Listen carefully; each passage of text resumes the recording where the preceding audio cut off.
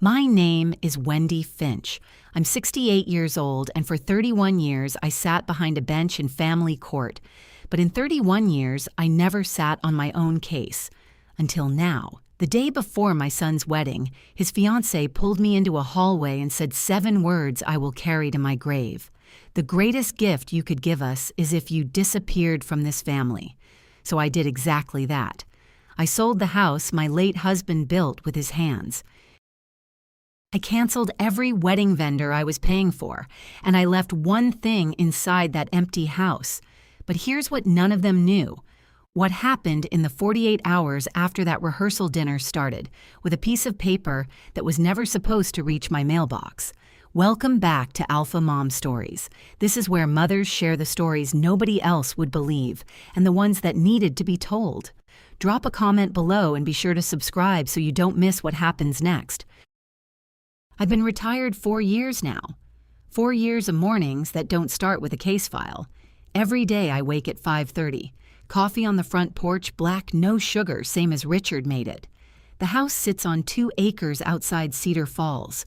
4 bedrooms, craftsman style. White oak floors, double-hung windows. A kitchen island Richard built from reclaimed barnwood because he said new wood had no character. Richard was a carpenter. Not the kind who builds subdivisions. The kind who measures a board 7 times because he doesn't believe in 6. He started this house in 1992. Took him 3 years. Every beam, every hinge, every piece of siding Richard placed them one by one. It took me 3 years after he passed to stop hearing the hammer every morning. Pancreatic cancer. 7 months from diagnosis to goodbye. That was 8 years ago.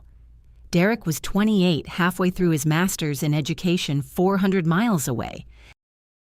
He didn't make it home in time to say the last words. That guilt, I watched it settle into my son's bones like winter. I still carry my leather notebook.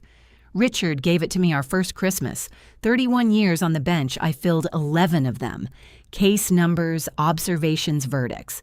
Now I write smaller things, grocery lists, birds I see from the porch, things my future daughter-in-law says when she thinks I'm not paying attention. In 31 years of family court, I identified 3 signs that someone loves property more than people. The first, they ask about square footage before they ask who lives there. I ignored all 3 signs when I met Morgan. I told myself I was retired. I told myself a mother's instinct is different from a judge's instinct. I was wrong about that. They're the same instinct. I just didn't want to use it. Behind the house, past the garden, Richard never finished. There's a workshop. Cedar walls. Concrete floor stained with 30 years of polyurethane and wood glue. A workbench Richard built from Douglas for 6 inches thick, leveled to 1/1000th of an inch, because Richard said a crooked bench makes crooked furniture. I go in there most afternoons, not to build anything, just to stand where he stood.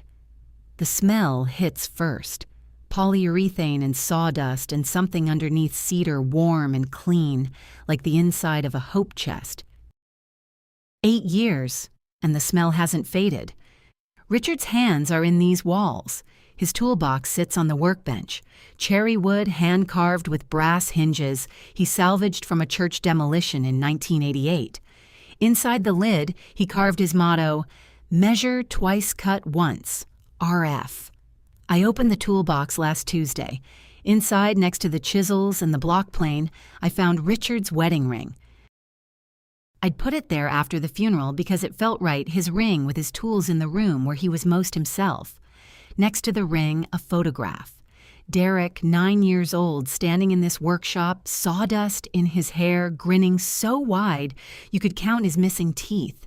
Behind him, the first bookshelf he ever built. Crooked, ugly. Richard's hand on his shoulder. That bookshelf is still in my living room.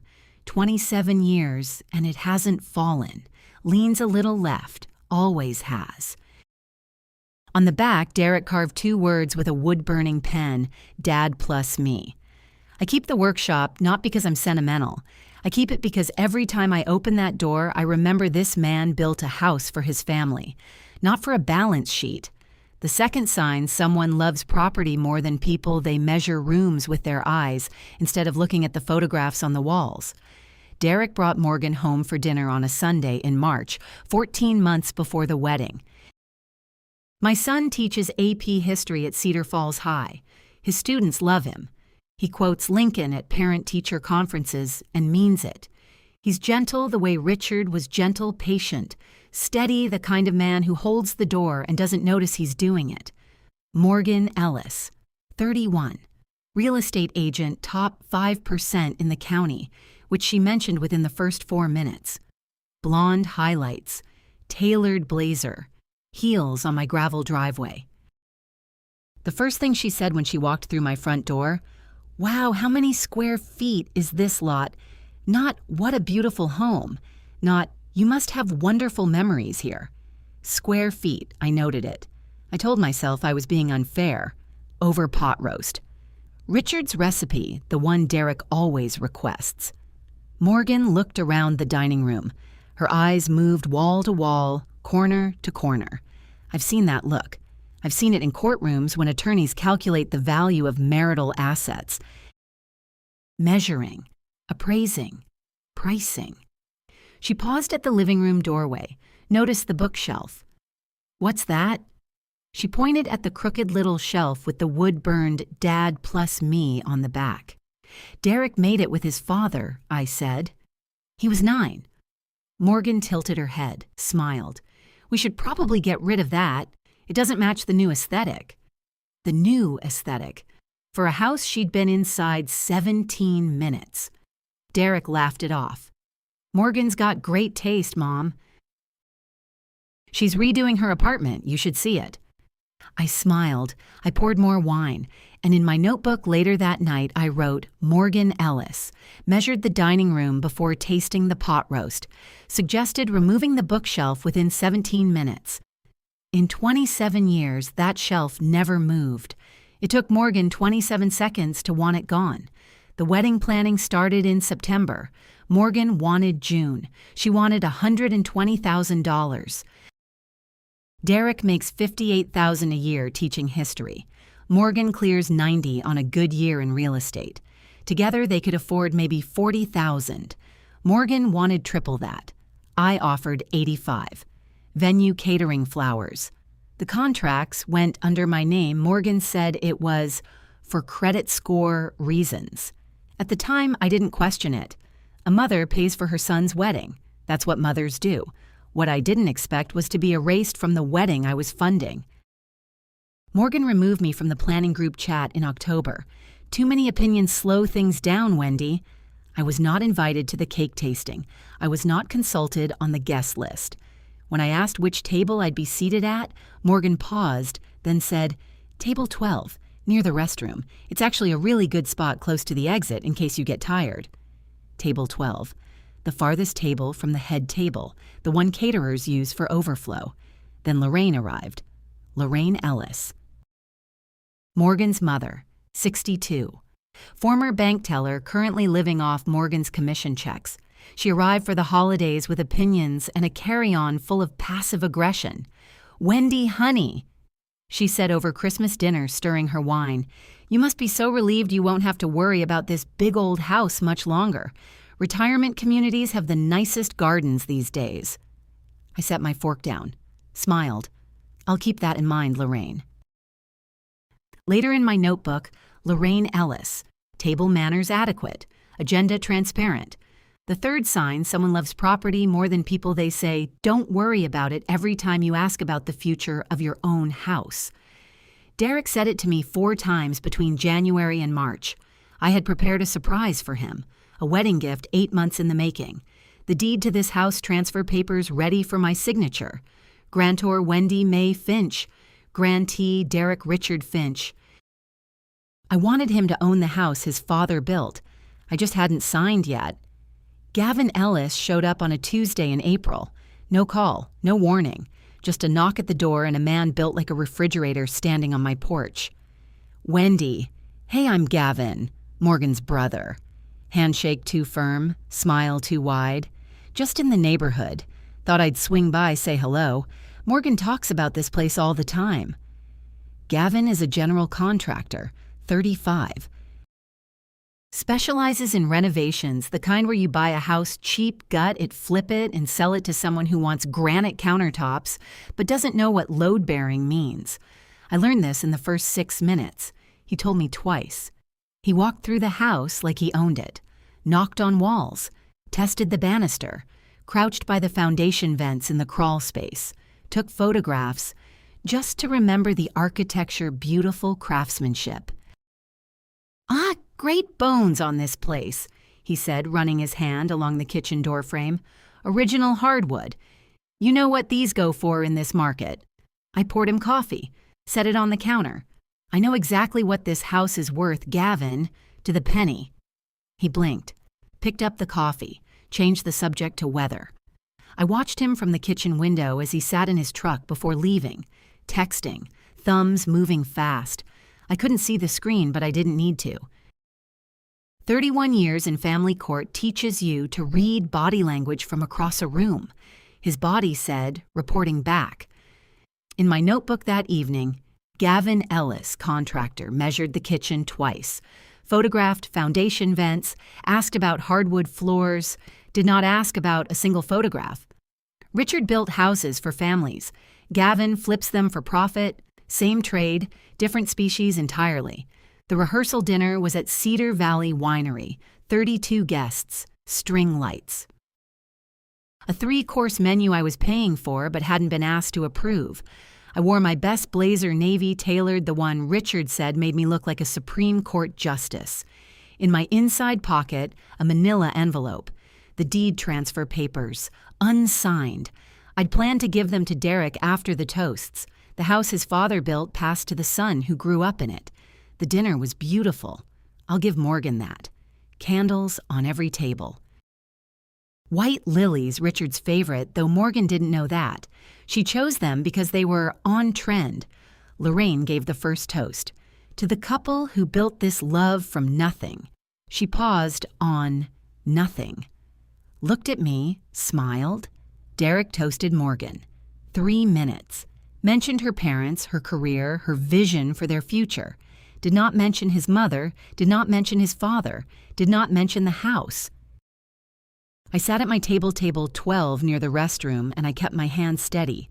Then Morgan appeared at my elbow. "Wendy, can I talk to you for a second, in private?" She walked me down the hallway past the restrooms. The music faded. 2 guests saw us leave. Neither followed. Morgan turned to face me. Her eyes were flat, her voice was low, rehearsed. "Wendy, I'm going to be honest with you because nobody else will. The greatest gift you could give us is if you disappeared from this family. Derek doesn't need you anymore. He has me now, and frankly, having you at the wedding tomorrow in that outfit with those opinions, it's going to be embarrassing for everyone." 31 years on the bench. I have heard worse. I have heard threats, confessions, lies so brazen they took my breath away. But I had never heard those words from someone about to call me Mom. I looked down at the envelope in my hands. The deed transfer papers, 8 months of preparation.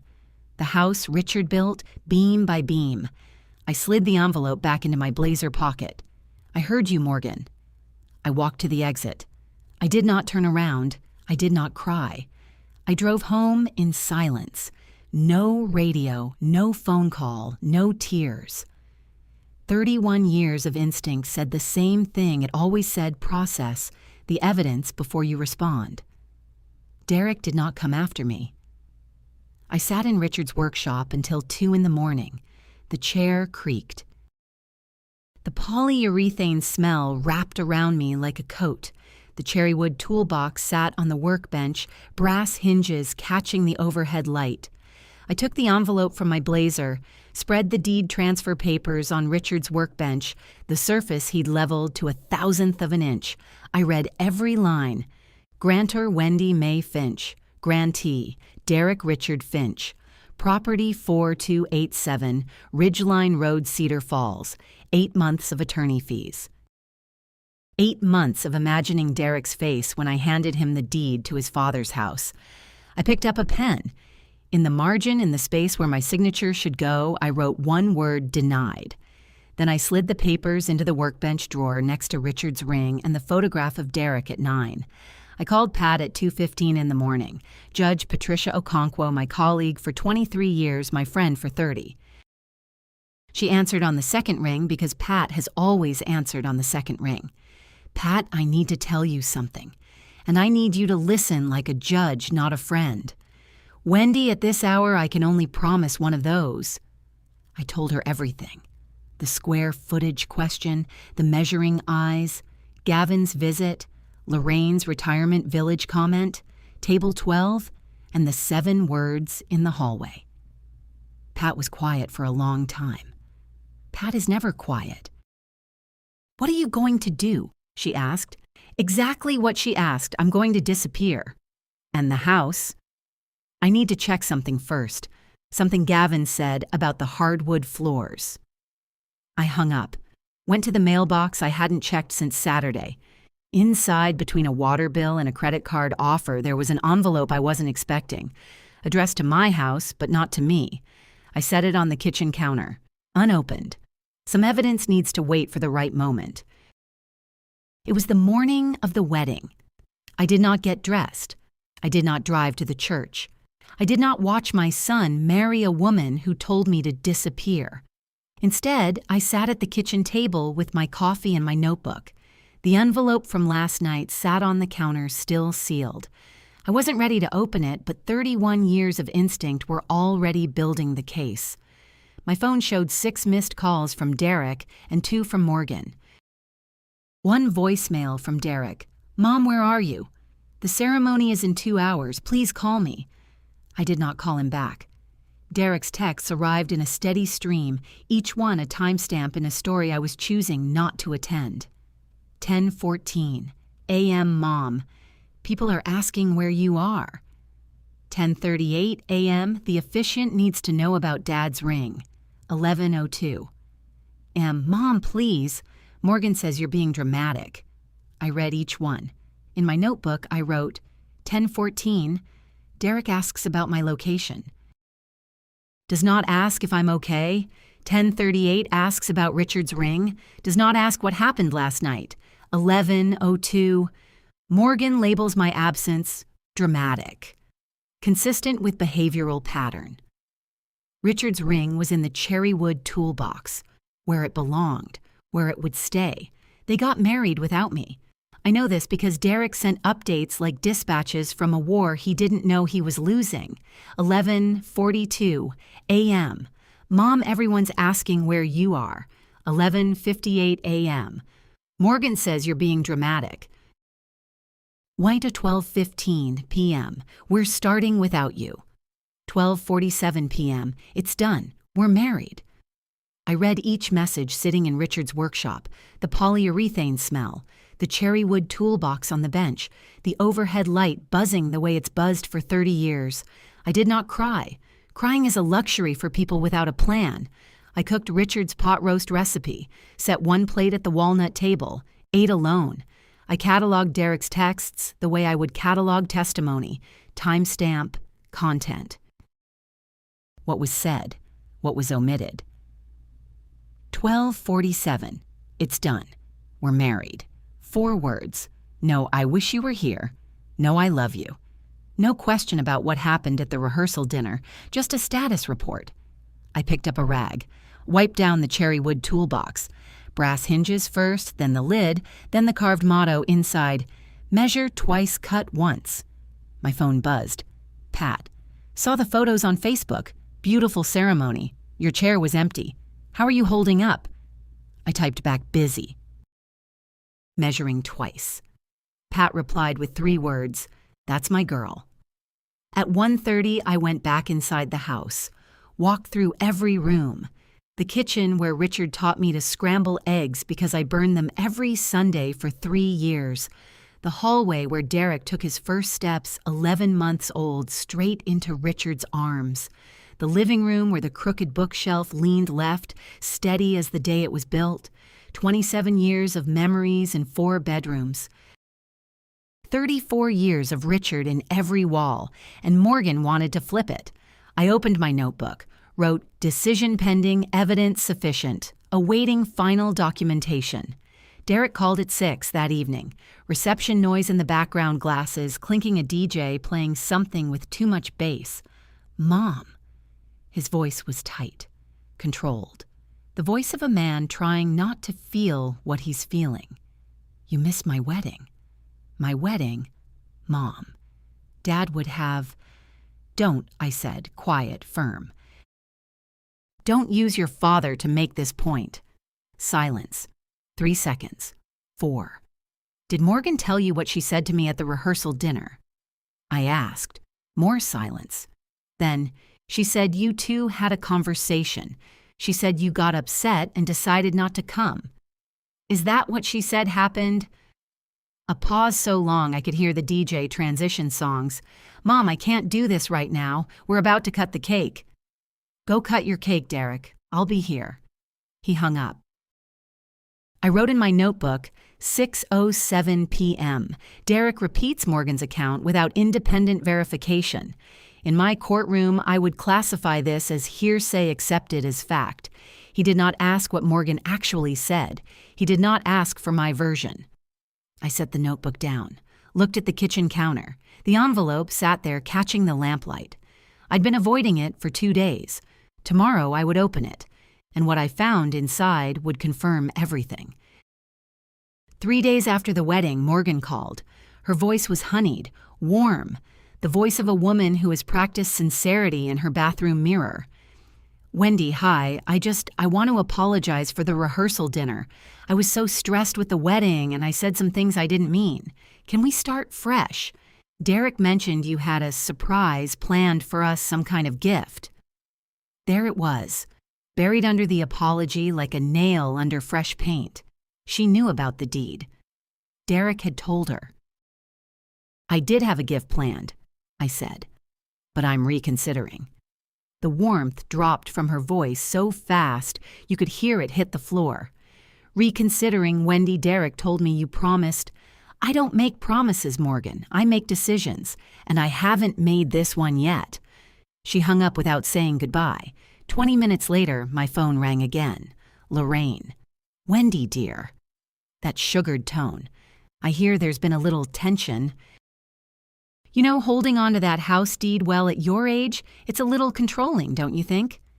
My financial advisor always says simplifying is the smartest thing women our age can do.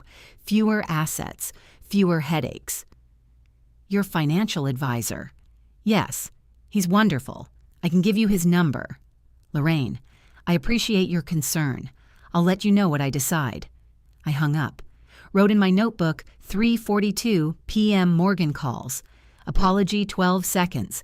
Gift inquiry 45 seconds. Ratio tells the story. 4:04 p.m. Lorraine calls. Mentions financial advisor. Lorraine has been a bank teller and a guest in her daughter's apartment. She does not have a financial advisor. I closed the notebook, walked to the kitchen counter, picked up the envelope. It was time. Inside the envelope, a comparative market analysis.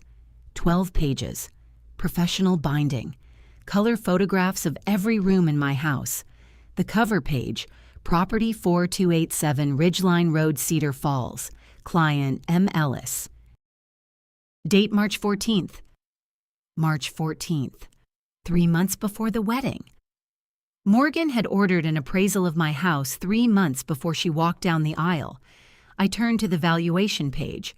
Current market value $680,000. Beneath that, highlighted in yellow marker, estimated value after minor renovations $850,000. I turned the page. Handwritten notes in the margin, not Morgan's handwriting. Blockier, heavier, Gavin's. Kitchen Reno, $18,000. Bathroom, $12,000. Floors, $10,000. Total invest, $40,000. Profit, $170,000. Sweet deal.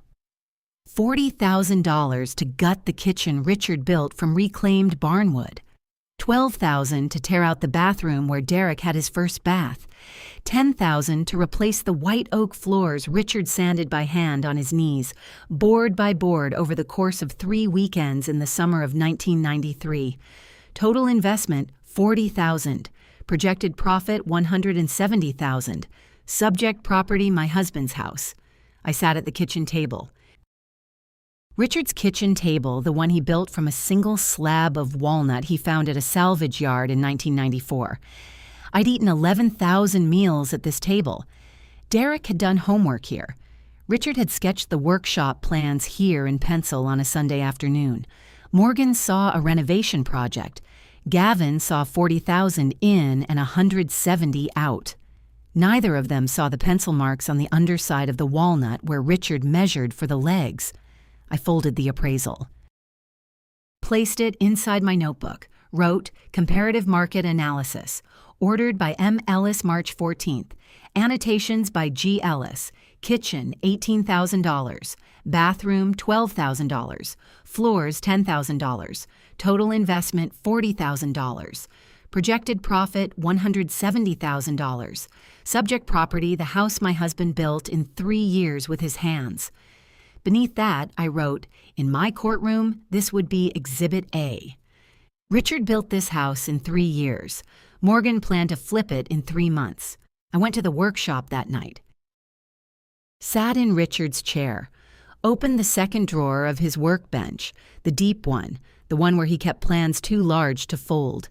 I found it underneath a stack of receipts from the lumber yard. The original blueprint of the house, hand-drawn. Richard's drafting pencil, the fat one, the one he sharpened with a pocket knife because he said mechanical pencils were too clinical. The blueprint was rolled tied with kitchen twine. I untied it, spread it across the workbench, every room. Every wall, every window, the kitchen with the barnwood island, the hallway where Derek walked for the first time, the master bedroom with the bay window facing east because Richard wanted me to see the sunrise without getting out of bed. In the bottom right corner, Richard's handwriting, For Wendy and Our Children, RF, 1992. I traced the lines with my finger.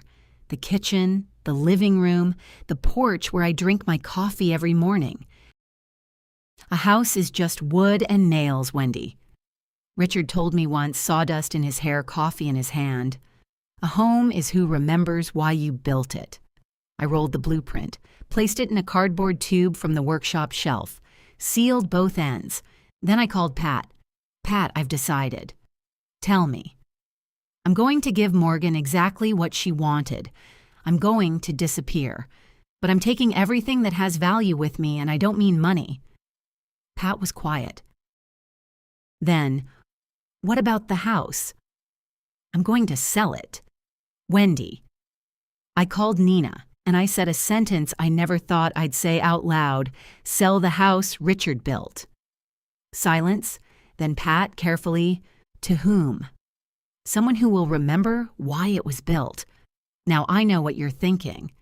Wendy, how could you sell your husband's house? If you'd asked me that 6 months ago, I would have said never. But 31 years on the bench taught me something. The bravest ruling is the one that costs you the most to deliver. If you've ever had to protect yourself from the people you love, let me know in the comments, because you're about to see how I did it. Monday morning, 7 a.m., 2 phone calls. First call, Nina Reeves. My real estate attorney for 15 years. She'd handled the original deed when Richard built the house and the trust paperwork after he passed. Nina, I want a quitclaim deed transferring the property at 4287 Ridgeline Road to the Cedar County Community Land Trust. The Land Trust, Wendy, that's a nonprofit. They preserve historic homes and run community programs. You'd be giving away $680,000. Yes. For what price? $1. Nina paused long enough that I heard her pen drop. $1. The trust preserves traditional homes and runs skill-building programs. I want the house converted into a community woodworking workshop, teaching young people to build with their hands, the way Richard built. I'd contacted the trust back in April after Gavin's visit, just exploring options, making inquiries. They'd toured the house in May. When I called Nina on Monday, the trust was ready to receive. Nina said she could have the documents ready by Tuesday. Second call, Cedar Valley Winery. This is Wendy Finch. I need to cancel the reception booking under my account. Contract number CVW-2026-0418. Mrs. Finch, the reception is scheduled for this Saturday. I'm aware. The contract is in my name. I'm exercising my cancellation rights. Full refund $32,000. Processed to my card. I called the caterer. Same conversation. $28,000 refunded. I called the florist. Same. $12,000 refunded.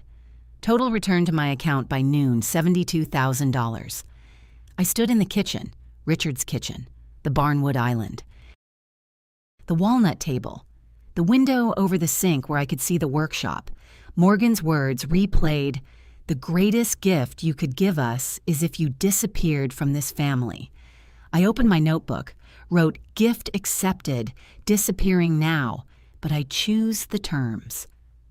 By Tuesday afternoon, the quitclaim deed was signed, notarized, and filed with the county recorder's office. Transfer effective immediately. I owned no property for the first time in 34 years. And I had never felt lighter. I hired movers, 2 men in a truck. They arrived Wednesday morning. 34 years of life packed into cardboard boxes in 2 days. That sounds cold. It felt cold. But I'd spent 31 years making decisions that hurt, and I learned this. If you're going to do something painful, do it quickly and do it completely. The bedroom first. Clothes, books, the quilt Richard's mother sewed for our wedding.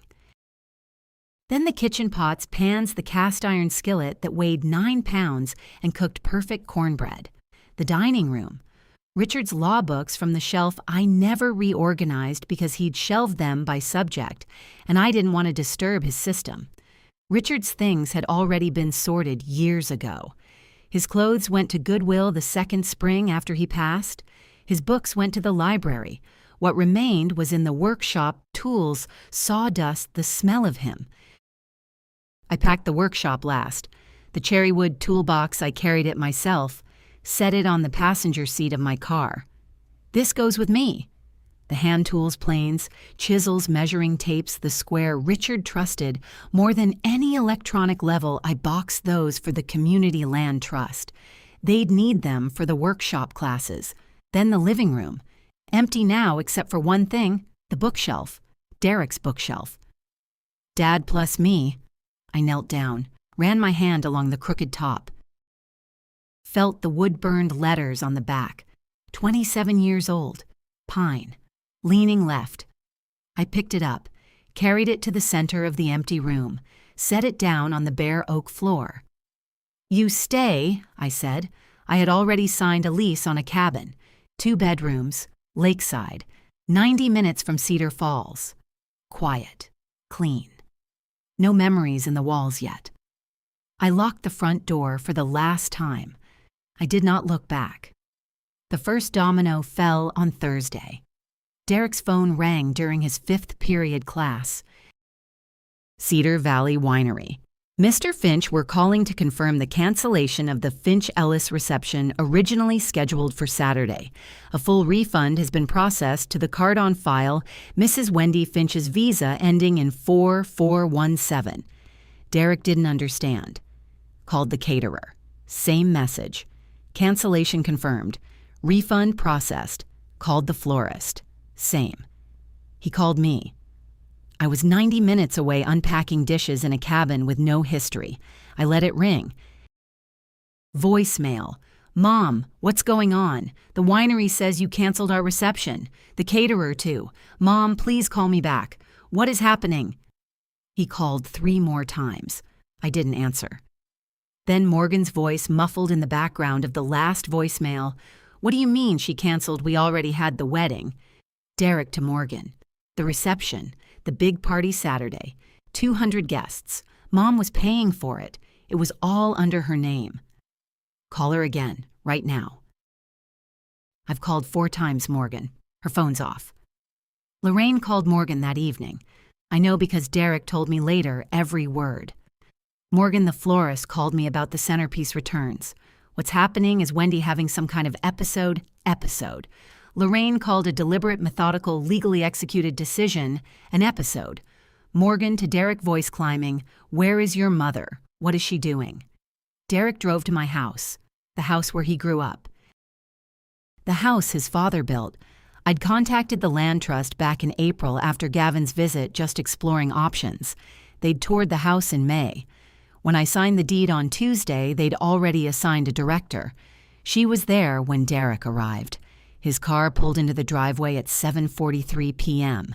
The director called me. "Mrs. Finch, there's a young man in the driveway, says he's your son." "He is," I said. "Let him inside." I wasn't there for what happened next. Derek told me afterward every detail, every word. This is his account. Derek used his spare key. The door opened to nothing.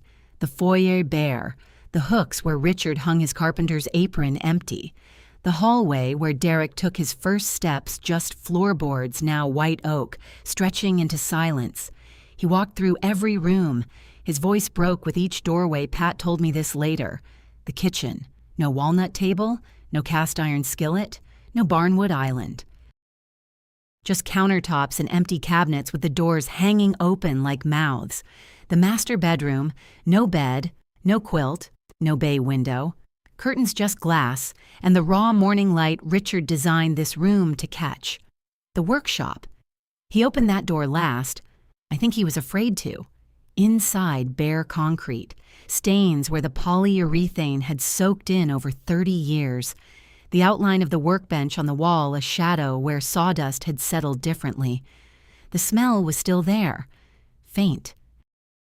Cedar and polyurethane, but no toolbox, no tools, no Richard. Derek walked back to the living room, stood in the middle of 400 square feet of bare oak floor, and there it was, in the exact center of the room, the bookshelf, Derek's bookshelf, pine, crooked, leaning left, Dad plus me carved on the back. Next to the bookshelf on the floor, a manila envelope. Morgan arrived 3 minutes later. She'd driven separately. Her heels clicked on the empty hardwood. "Why is the house empty?" She looked around the bare walls, the bare floor, the bare windows. "Derek, where's her furniture? Where are her things?" Derek didn't answer.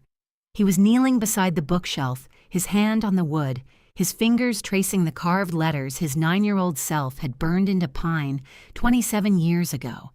He reached for the envelope. Inside the manila envelope, 2 documents. The first was a photocopy. The comparative market analysis from Pinnacle Appraisal Services, the one Morgan had ordered 3 months before the wedding.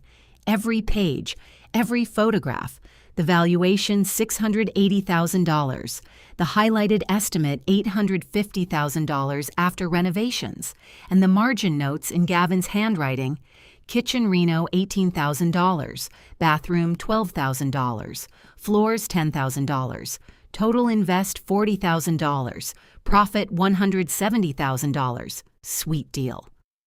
My handwriting beneath it in red pen, in my courtroom, this is Exhibit A.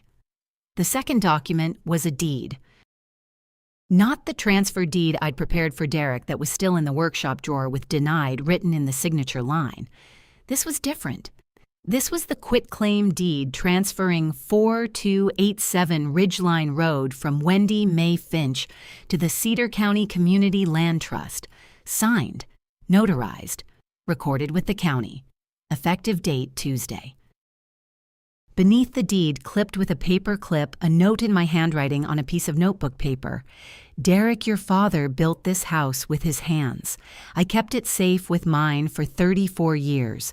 Morgan saw $680,000. Gavin saw $40,000 in and $170,000 out.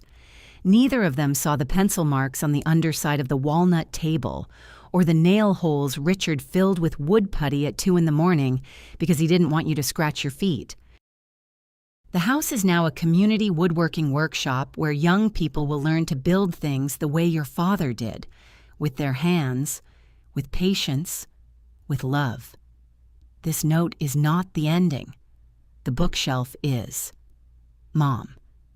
Derek read the note twice. His hands shook. He looked at the bookshelf, at the carved words, at the empty room around it. Morgan read over his shoulder. The color left her face the way water drains from a sink, fast, irreversible, and with a sound. She gave it to a charity. A charity. Morgan's voice cracked high. That's $680,000. That was supposed to be... She stopped, swallowed, caught herself, but too late. Derek's voice low. Supposed to be what Morgan? Morgan backpedaled, fast, the way I've seen defendants pivot on the stand when they realize their story just crumbled. I meant it was supposed to be our home, our future. She pressed her hands together. Derek, we talked about this raising kids here, growing old here. Did you hire an appraiser for Mom's house? She didn't answer. Did you send Gavin here to appraise the house? Is that what the foundation check was? Derek, you're overreacting. He held up the photocopy. This is Gavin's handwriting. Kitchen Reno, $18,000, bathroom 12, floors 10, $40,000 in 170 out. Sweet deal. On my mother's house. He paused. On my father's house. Morgan shifted, and then the tears came. I'll give her this, the tears were real. Some of them. Derek, you don't understand. Her voice broke beautifully. Practiced or genuine after 31 years on the bench, I still can't always tell. I lost my house when I was 14. My parents went bankrupt. We lived in a minivan for 6 months. 6 months, Derek. I ate cereal out of a coffee mug in a parking lot. I just wanted to know we had something solid. Something no one could take. For 1 second, I saw it through Derek's retelling. The 14-year-old girl in the minivan. The one eating cereal out of a coffee mug. That girl was real. That fear was real. But then Morgan said the next thing, and the girl disappeared. And your mother was always going to control everything. She was never going to let go of that deed. I had to protect us. Protect us, Derek said. He looked at her with eyes I recognized from his, retelling the eyes of someone seeing clearly for the first time and wishing they weren't. Or profit from us. You know what the hardest part of being a judge was? Not the verdicts, not the custody battles or the property disputes or the lies under oath. It was watching someone realize they'd trusted the wrong person. That moment when the evidence lines up and the story they told themselves falls apart. If that's ever happened to you, if you've stood in an empty house and finally seen the truth, subscribe. Because Derek was about to drive 90 minutes to mine. Derek didn't call me that night. He called records. He called Cedar Valley Winery. Can you confirm who signed the original contract for the Finch-Ellis reception? Answer, Wendy Finch, card ending 4417. He called the caterer. Same name, same card. He called the florist. Same. Total, my son's wedding cost his mother $72,000 in vendor payments, plus 8 months of planning he never asked about, plus 34 years of mortgage taxes and upkeep on a house he assumed was his. Then Derek checked his own bank records. Morgan had handled their finances since they moved in together. I'm better with numbers, she'd said. Derek hadn't logged into the joint account in 5 months. What he found, she'd added Gavin as an authorized user 2 months before the wedding. 3 transfers to Ellis Contracting, LLC, Gavin's company, total $4,800. Consulting fees, Morgan told the bank. Derek had never seen the transactions. He called Pinnacle Appraisal Services. Can you confirm who ordered the comparative market analysis for 4287 Ridgeline Road? Answer, Morgan Ellis, March 14th. He called the county recorder. Can you confirm the current deed holder for 4287 Ridgeline Road? Answer, Cedar County Community Land Trust. Transfer recorded Tuesday. Previous owner Wendy Mae Finch. Derek sat alone in the empty house. His father's house. Now someone else's house. The bookshelf beside him leaning left. He touched the carved letters. Dad plus me. Pat told me what he said next. He sat on that bare oak floor for 45 minutes before he spoke. Mom kept this house for 34 years, he said. Paid the mortgage, paid the taxes, paid the insurance. And I never once, not once, said thank you. I just assumed it was mine. Pat said, she's at the cabin. She told me to tell you, come when you're ready. He drove 90 minutes. I know because Pat called ahead. He's coming, Wendy. He sounds different. Different how? Like a man who just read his own case file. The cabin sits on Heron Lake, 2 bedrooms, a screened porch, pine trees on 3 sides. I'd been there 4 days, long enough to unpack the dishes and hang Richard's photograph above the mantel. I was on the porch when Derek's car came down the gravel road. Late afternoon. The lake was flat. No wind. He parked, sat in the car for 2 full minutes. I counted. I've always counted. Then he climbed the porch steps, saw the 2 chairs I'd set out habit from the old house where Richard and I sat every morning. One chair had my coffee cup, the other had the cherry wood toolbox beside it. Derek stopped when he saw the toolbox. He knelt down, opened the brass latches. Inside Richard's chisels, his block plane, the measuring tape with the worn case, Richard's wedding ring, and the photograph Derek at 9 sawdust in his hair, grinning beside the crooked bookshelf. Derek held the photograph. His jaw tightened. His eyes filled. He hadn't cried since the funeral. Pat told me that too. 8 years of dry grief packed tight as sawdust in a crack. He cried now, on my porch, holding a photograph of himself and the father he didn't say goodbye to. I opened the screen door, stood there, didn't reach for him. 31 years on the bench taught me this people need to feel their evidence before they can accept the verdict. When he looked up, I said, "Sit down, Derek, we have a lot to talk about." He sat. I poured him coffee, and we talked for 4 hours. I told him everything, methodically, the way I would present a case. The first sign was the square footage question, I said. The first time Morgan walked into the house, she asked about the lot size before she said hello. Derek listened. The second sign was Gavin's visit. He measured the kitchen twice, took photographs of the foundation, asked about the hardwood, never looked at a single photograph on the wall. Derek's jaw tightened. The third sign, you Derek. 4 times between January and March, I asked about the future of the house. 4 times you said, "Don't worry about it, Mom." That's not reassurance. That's deflection. And in 31 years on the bench, deflection always covered the same thing. Someone else had already made the plan. Mom, I'm not finished. I opened my notebook, read the timeline. Morgan's call 3 days after the wedding. 12 seconds of apology, 45 seconds asking about the deed. Lorraine's call with the fictional financial advisor. The appraisal envelope addressed to Monsieur Ellis, sent to my house. Gavin's margin notes. The $4,800 transferred to Ellis Contracting. Derek was quiet for a long time. "Why didn't you tell me before the wedding?" he asked. Because in 31 years of family court, I learned one thing: people don't see evidence until they're ready. You weren't ready. You were in love. And a mother who warns her son about his fiancée 3 weeks before the wedding isn't protecting him, she's giving him an enemy. I'm still in love with her mom? I looked at him. My son, Richard's son, teacher, history lover. A man who quotes Lincoln and means it. I know, I said. That makes it harder, not simpler.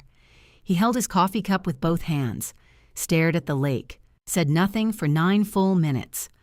Morgan's car came down the gravel road at 6:17 p.m. She'd tracked Derek's phone.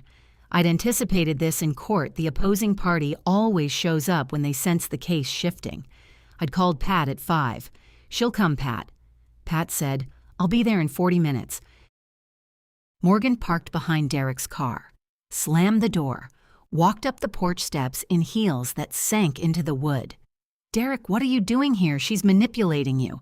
Morgan pointed at me. "She sold that house out of spite. She's trying to turn you against your own wife." "Morgan." I kept my voice level, even. The voice I used for 31 years when attorneys lost their composure. "Sit down." "I will not sit down." She was shaking, fists clenched. "You had no right to sell that house. Derek was going to inherit it. We were going to live there, raise our children there. Raise your children there." I repeated it. "Let it sit. Or renovate the kitchen for $18,000, the bathroom for $12,000, the floors for $10,000, and list it for $850,000.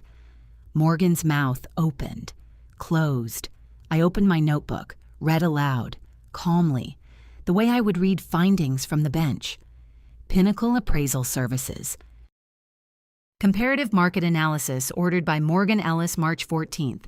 Client listed as M. Ellis, property 4287 Ridgeline Road. I turned a page. Margin notes handwriting confirmed as Gavin Ellis. Quote, kitchen Reno $18K, bathroom $12K, floors $10K, total invest $40K, profit $170K, sweet deal. End quote. I looked up from the notebook. In my courtroom, Morgan, I would call this premeditation. Morgan exploded. Tears real this time, raw and ugly. Her hands flew up. Her voice climbed octaves. "You don't know what it's like to lose everything at 14, to have nothing to sleep in a car and eat cereal from a coffee mug in a gas station parking lot. I just wanted a house that couldn't be taken away." I waited for her to finish. In court, you always let the outburst exhaust itself. Then I said quietly, "I know exactly what it's like to lose Morgan. I lost a husband. I lost the house he built with his hands. And this week, I almost lost my son. The difference between you and me is this: I never tried to build my security on someone else's foundation." A car door slammed. Lorraine. She came up the steps like a woman arriving to save a sinking ship. "Wendy, this is absolutely absurd. You're a bitter, controlling old woman who can't accept that her son has moved on." Another car. Pat's sedan. The engine cut. Judge Patricia Okonkwo stepped out. 72 years old, 5 feet 11 silver hair, and the posture of a woman who has never once slouched on the bench. She walked to the porch, didn't rush. "Lorraine!" Pat's voice carried. Not loud, just clear. The way a gavel doesn't need force, just authority. "I'd be very careful about the next words you choose. I heard 3 of them from the parking area, and 2 qualify as defamation per se." Lorraine's mouth shut like a cabinet door. Derek stood up, turned to Morgan. His voice was steady now. The shakiness was gone. "Morgan, did you tell my mother to disappear from our family?" Morgan wiped her eyes. I was stressed. The wedding. "Did you say those exact words? The greatest gift you could give us is if you disappeared from this family." Morgan looked at Lorraine. Lorraine looked at the floor. Gavin's truck had appeared at the bottom of the road. He'd followed Lorraine, but he stayed in the cab window down watching. Morgan quietly, "Yes." Derek closed his eyes, opened them, looked at me. I stood, set my notebook on the chair, smoothed my shirt. "I didn't disappear, Morgan. I delivered my verdict." I let the words settle. The house is a community woodworking workshop now. Richard would have wanted strangers to learn from his tools. The wedding vendors have been refunded my money, my contracts, my legal right, and the deed. I reached into the toolbox beside my chair, pulled out the original deed transfer papers. The ones with "denied" written in the signature line. "This was supposed to be your wedding gift, Derek.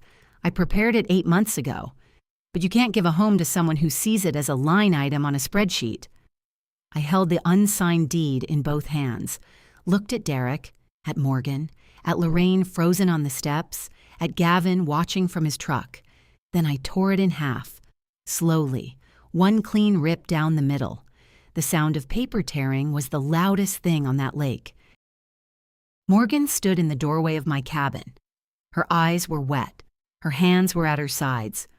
For a moment, one small, quiet moment, she looked out at the lake, and I saw something I hadn't expected. Her face changed. The mask dropped. Not the tears mask or the anger mask, something older. Something 14 years old standing in a driveway watching strangers carry her bedroom furniture into a truck. "I just wanted a house that couldn't be taken away," she said, almost to herself. I looked at her. I could have been cruel. I could have listed every manipulation, every lie, every calculated move. In 31 years, I'd seen judges do that turn the verdict into punishment. I chose differently.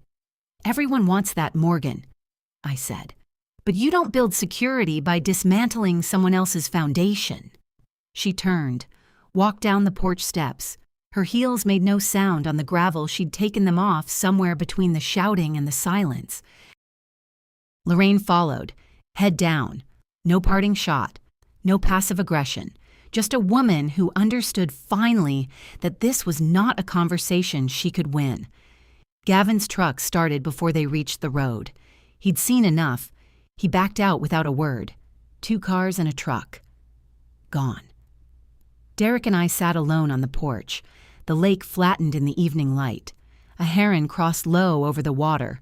Slow wings, no hurry. The cherrywood toolbox sat between our chairs. The lid was open. Richard's ring caught the last sunlight. "What happens now, Mom?" Derek asked. I took a sip of coffee, looked at the lake, looked at my son. "Now you decide what kind of house you want to build," I said. "And I mean that literally and otherwise." 2 weeks later, Derek pulled into the gravel driveway with something strapped to the passenger seat of his car. The bookshelf. He'd gone back to the house, the workshop now officially. The land trust director let him in. The living room had tables and chairs for community classes. Sawhorses lined the wall. A whiteboard listed the fall schedule. Introduction to joinery Tuesdays, youth woodworking Saturdays. But in the corner, untouched, was the bookshelf. Pine, crooked. Dad plus me. The director had left it exactly where I'd placed it. "Mrs. Finch told us this stays," she said, "until the family comes for it." Derek carried it into my cabin, set it in the living room against the wall by the window. I placed the cherrywood toolbox on top of it. The box fit perfectly the same width, give or take an inch. Cherry on pine. Richard's craftsmanship holding Derek's childhood. 2 kinds of wood, 2 kinds of love. Same family. "Mom, I'm sorry I didn't come after you at the rehearsal dinner," Derek said. I touched the bookshelf, felt the grain under my fingertips. Pine sanded smooth by a 9-year-old who didn't know what he was building yet. "I didn't need you to run, Derek. I needed you to see." He nodded. His eyes were clear. I looked at the shelf, at the toolbox, at the lake through the window. "A house remembers who built it," I said. 2 kinds of wood, 2 kinds of love, both still standing. Here's what happened after. The house at 4287 Ridgeline Road opened as the Cedar County Community Woodworking Workshop in September. 24 students enrolled in the first session. The director told me Richard's tools, the ones I donated, were the best in the shop. The students fight over his block plane. Derek and Morgan separated 6 weeks after the cabin confrontation. Derek found 2 more transfers to Ellis Contracting, totaling $4,800 in consulting fees Morgan never told him about. The annulment proceedings began in October. Morgan lost 3 listings in our neighborhood the month after the story circulated. Small town, realtors talk. Homeowners trust people with their biggest asset, and trust once cracked doesn't refinish like hardwood. Gavin Ellis was reported to the state contractor licensing board, operating as an appraiser without a license. His contractor's license was suspended for 6 months. His sweet deal cost him 6 months of income. Lorraine stopped calling. No more retirement village suggestions. No more fictional financial advisors. Silence, the only honest thing she ever gave me. The $72,000 in refunded wedding costs, I donated it to Derek's school district. The Richard Finch Woodworking Scholarship awarded annually to a student who demonstrates craftsmanship, patience, and a willingness to measure twice. Derek helped me write the criteria: measurable consequences, verifiable outcomes. In my courtroom, that's how you know the ruling held. I wake at 5:30, coffee on the porch, black no sugar. The lake is different every morning. Some days glass. Some days wind chopped. Richard would have loved it. He always said flat water reminded him of a freshly sanded table.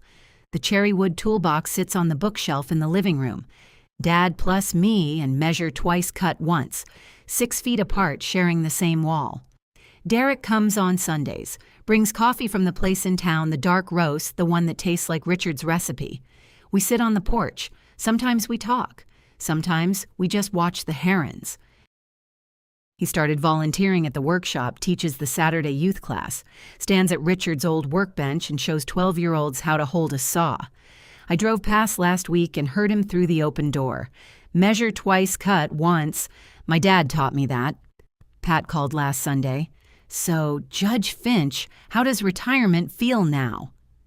I looked at the lake, at the toolbox on the shelf, at the empty chair beside me where Derek would sit in an hour, like the best bench I ever sat on. I drove past the old house last Saturday. The sign out front reads, Cedar County Community Woodworking Workshop, founded in memory of Richard A. Finch. The Land Trust added that. I didn't ask them to. The doors were open. I could hear the sounds from the road, a saw buzzing, a hammer tapping laughter. 6 young people stood at workbenches Richard had built. They were learning to make bookshelves. Derek stood in the center, safety goggles pushed up on his forehead. Sawdust on his flannel shirt. He was kneeling beside a boy, 10, maybe 11, guiding his hands on a piece of pine. Measure twice, Derek said. Cut once.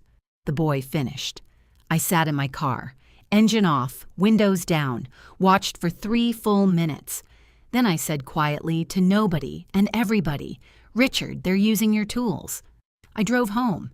I spent 31 years delivering verdicts for other families, custody battles, property disputes, affairs that shattered children.